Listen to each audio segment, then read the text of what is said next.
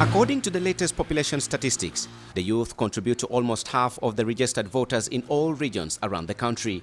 With such figures, one would ordinarily expect the youth to dominate political leadership positions in the country.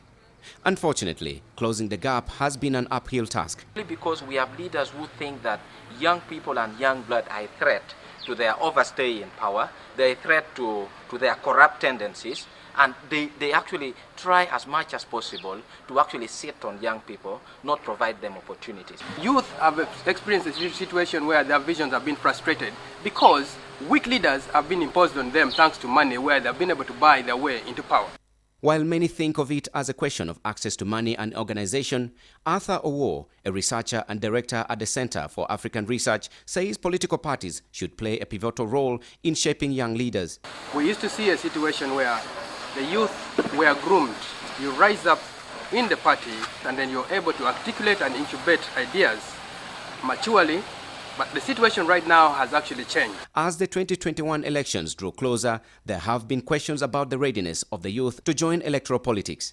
According to Lillian Abe, the chairperson National Youth Council, participating in the next polls will be challenging. Today we have challenges of monetization of elections, and therefore young people do not sail through easily because they can't afford. Over the years, young people in the country have complained of dominance by local elders.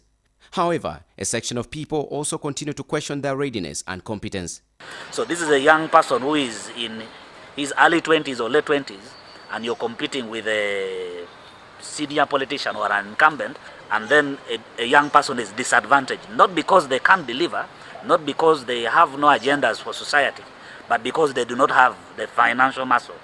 You see, the good thing with voting for a young person is that they have sense of accountability in fear of the long future ahead of them.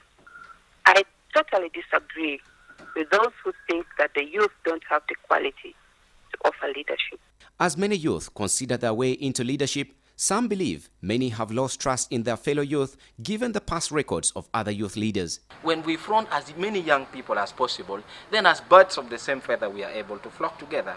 But this is not necessarily very true, because if you look at the young people we send always to represent us, they actually tend not to even care about what we care about so much. We have seen in some cases where the youth have made it in the general elections. What have been their net inputs or outputs? The youth are reportedly more exposed to modern information technology. On the other hand, the scientific nature of the 2021 elections continues to raise mixed feelings. Where media houses shall play the greatest role, I have a feeling that attention to youth issues will be displaced because senior political officers like parliamentarians shall dominate shows. With fears that the cost of booking media airtime may be too costly for the youth, many have resorted to social media for political mobilization.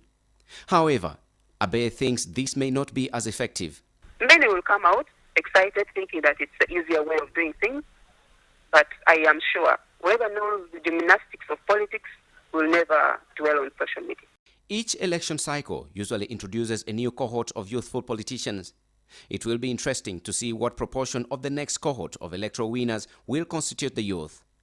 Nelson Omoya, NTV Weekend Edition.